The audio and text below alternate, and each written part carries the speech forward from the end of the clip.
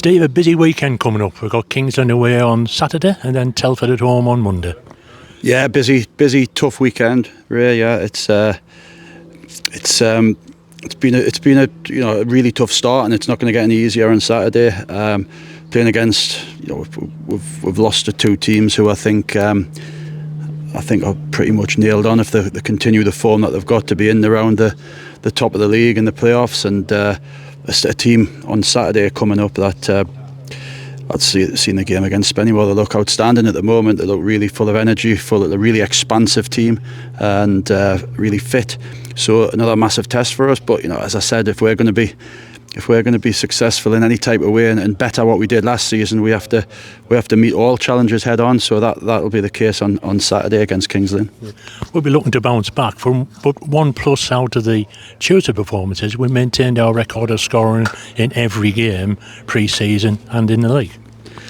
Yeah, I think when I speak straight after a game, it's a lot of emotion, and I was disappointed with the way that we looked after the ball, especially in the first half hour. I thought we were causing a lot of our own problems, but in hindsight, looking back at the game, we stayed in the game for a long spell.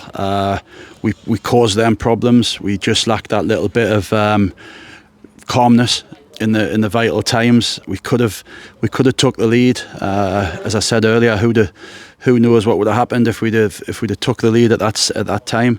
And as I said after the game, their energy, their strength and depth, they wore us down a little bit at the end. Would be looking back at the goals against the last two. We could have done better with all three, really. But yeah, looking back at it, it wasn't as without positives as I thought it was at the time. But obviously, you tell me, manager, that takes a defeat, but defeat well. So there's more positives than we first thought looking at Saturday anyway.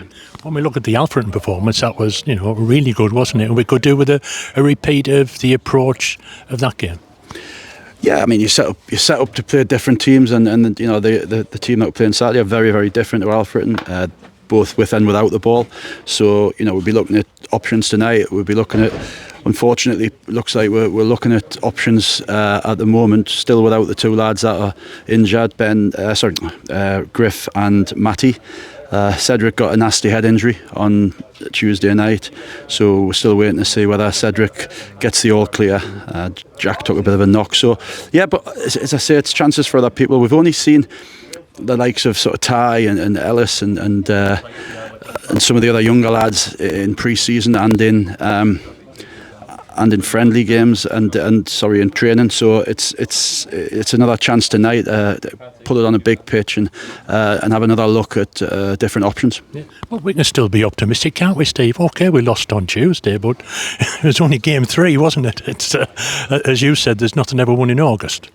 As manager and as staff and as players, we have to be optimistic. We have to be optimistic. It'd be great if everybody was optimistic, but football doesn't always work like that. But we are really, really positive about the squad we've got. We're really positive of some of the performances we've had so far, and I think as the season gets on, we'll sort of catch up with sessions that other teams have had more. That's just a fact of football. But there'll be teams that we've played have probably had double, maybe more than double our sessions and contact time with the players, which is always difficult. So as the season goes on, you'd like to think we get stronger and get more used to each other.